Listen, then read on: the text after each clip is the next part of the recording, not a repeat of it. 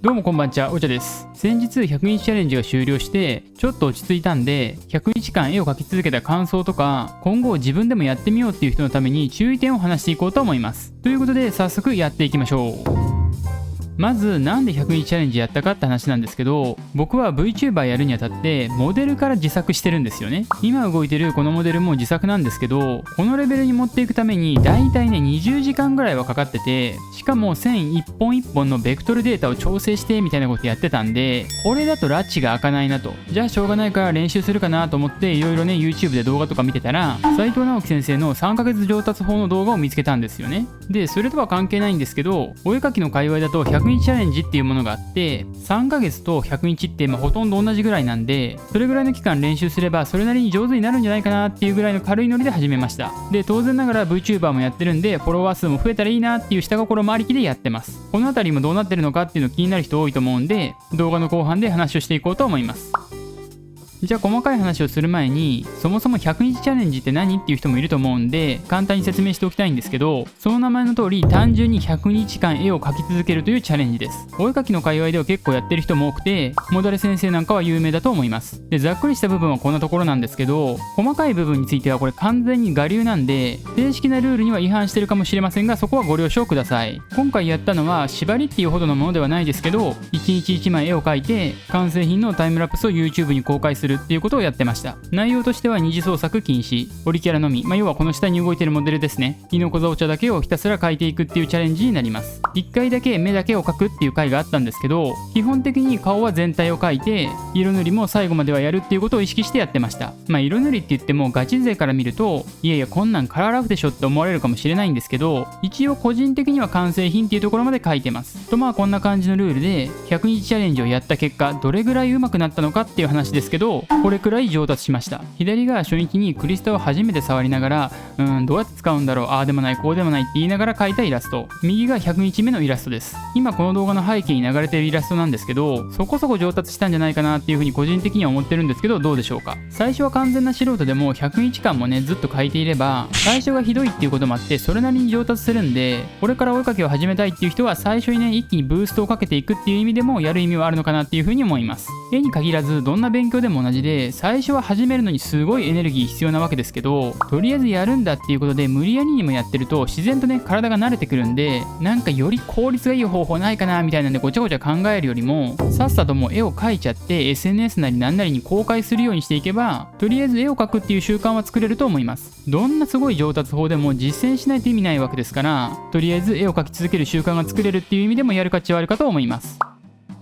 ただ注意点があって、最初に言ったように僕は斉藤先生の3ヶ月上達法の動画を参考に始めたっていうところあるんですけど、僕が実際にやったのは3ヶ月上達法とは似て非なるものです。ここはちゃんと言っとかなきゃいけないなと思うんですけど、僕があんまり上達していないのは3ヶ月上達法のせいではありません。オリジナルの3ヶ月上達法の真髄っていうのは、徹底的に元の絵であるとか元の絵師さんっていうのを分析して、そのいい部分をしっかりと吸収していくっていうことにあるんですけど、僕はとりあえず書くことを目標にしてたというか、結果的に100日間続けることが目的になってしまってたっていう部分があって、特に目標とする絵師さんとかを分析するってわけでもなく、ノルマを達成するためのある種義務みたいな感じでやってたので、3ヶ月上達法を正しく実践した結果には遠く及ばなかったんじゃないかなっていうふうに思います。ただ一方で書きたいものを書きたいように書いてたので、ストレスは少なく楽しく書けてたので、100日間無事に続けることができたんだと思います。実際に皆さんも100日チャレンジとか3ヶ月上達法をやってみようと思った時にこの辺の調整しなきゃいけないと思うんですけど、これが結構難しいところで、オリジナルを完璧にコピーしてやるっていうよりも実践しながら妥協というかある程度調整する必要が出てくると思います。どんだけいい練習法でも続かないと意味ないですからね。実際問題 SNS なんかを見てみると、3ヶ月上達法を最後まで続けれなかったとか、そもそもやる意味なんかないんじゃないかみたいなネガティブな話を見かけるんですけど、斉藤先生ご本人も言ってるように3ヶ月上達法ってかなりきついので、普通の人が真似できるようなものではないと思います。なので実際には少しレベルを下げてというかハードルを下げてやることになると思うんですけど、そうなった時に今度はあれあんま上達してなくね、全然ダメじゃんとかってなるわけですけど、それは当然の話ですよね。到達できそうなラインとかをしっかり見極めてできることをやっていく。そもそも3ヶ月でイラストを仕事にできるようなレベルにするとかっていうと、相当きついことやらなきゃいけないのはなんとなくわかると思うんですけど、過度な期待をしているといろいろしんどくなってくるんで、ぼちぼちやっていきましょうと、そういう話です。もちろんこれはあくまで素人が趣味でやってるレベルの話なんで、俺はイラストで飯を食っていくんだぐらい強い気持ちがある人はオリジナルの方法で頑張ってください。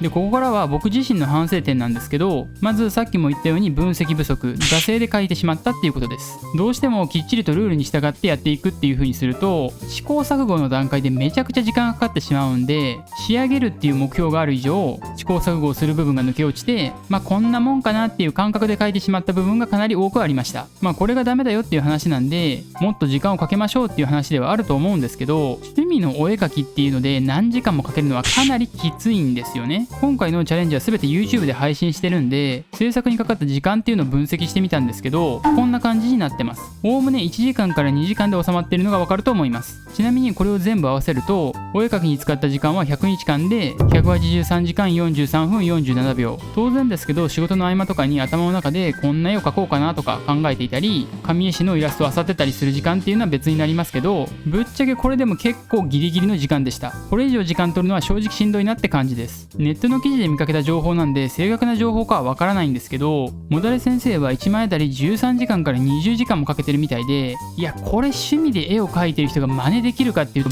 ほぼ不可能だと思います。なので目的をしっかり分ける。とりあえず100日間絵を完成させて全てあげるっていうことを目標にするのか、徹底的に自分が目標とするイラストレーターを分析するのか、この辺は明確にした上で練習をした方がいいと思います。以上のことを踏まえて今後どうするのかって話なんですけど、チャレンジ中にできなかった細かい部分の分析っていうのをやっていこうと思ってます。一番わかりやすいのは手なんですけど、自分の手とかボディちゃんを見ながらっていうところでやってはいるんですけど、見た感じをそのまま描いてるだけなんで、どうにも違和感がすごいんですよね。なので骨とか筋肉がどういう風についてるのか、そこまではやらないにしても指のパーツごとに分解していってどう曲がっているのかっていうのを考えるみたいなことはやっていこうと思ってます。他にも髪とか目とか、あるいは服装なんかいろんなパターンあると思うんで、それぞれに分けて細かいところの練習をやっていこうと思ってます。1枚の絵を描くっていうことが目的になってたっていう風に言ったんですけど、やっぱりね、描いているうちにいろんな疑問点とか問題点、こういったものが浮き彫りになってきたんで、それを一つずつ時間かけて解決するだけでもかなり上達するんじゃないかなっていう風には思ってます。今回僕もそうだったんですけど、最初は何が良くないのかっていうことすら全然わからないので、まずはとにかく描いてみる。でとにかく一回完成っていうことにしていろいろ絵を作っていくと、その都度いやこの部分が良くなかったなっていうのが見えてくるようになってくるんで、そのタイミングで細かいことを考えるっていうのでも全然遅くはないと思います。さすがに100日間っていう風に言うと結構きついよっていう人多いと思うんですけど、とりあえず1週間絵を描きまくって、その次の1週間で問題点を洗い出して練習、また次の週は描きまくってっていうのを繰り返すと結構いいかもしれません。この方法は受験に受けるまず過去問からやろう作戦と全く同じで、どんなことを勉強するにしてもやっぱり行き着く先はそこかっていう風に一人で納得しちゃってたりします。勉強には王道しかないっていうことがよくわかります。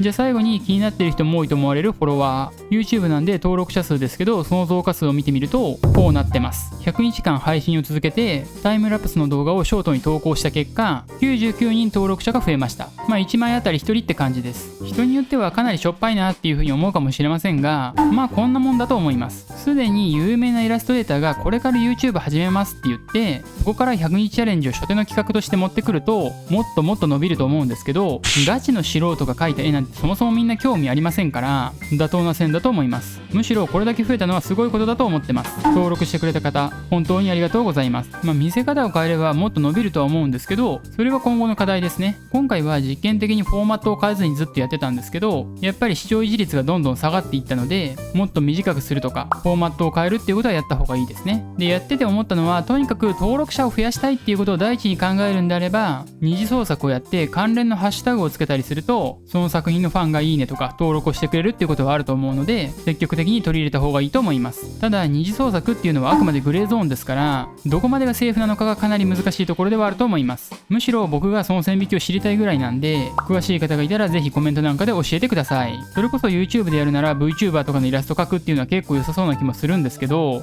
実際のところどうなんでしょうか。今回の企画として完全オリキャラの一次創作だけだったんですけど、そう考えるとこれだけでも伸びたら十分かなっていう風に思ってたりもします。やっぱり自分で作ったキャラクターっていうので思い入れもありますし、モチベーション保ちやすいっていう部分もあると思うので、皆さんも何か自分のキャラクター作って、そのキャラクターを使っていろいろやっていくっていうのもありかと思います。この辺は一長一短あるので、皆さんの目的に合わせていろいろアレンジをしてみてください。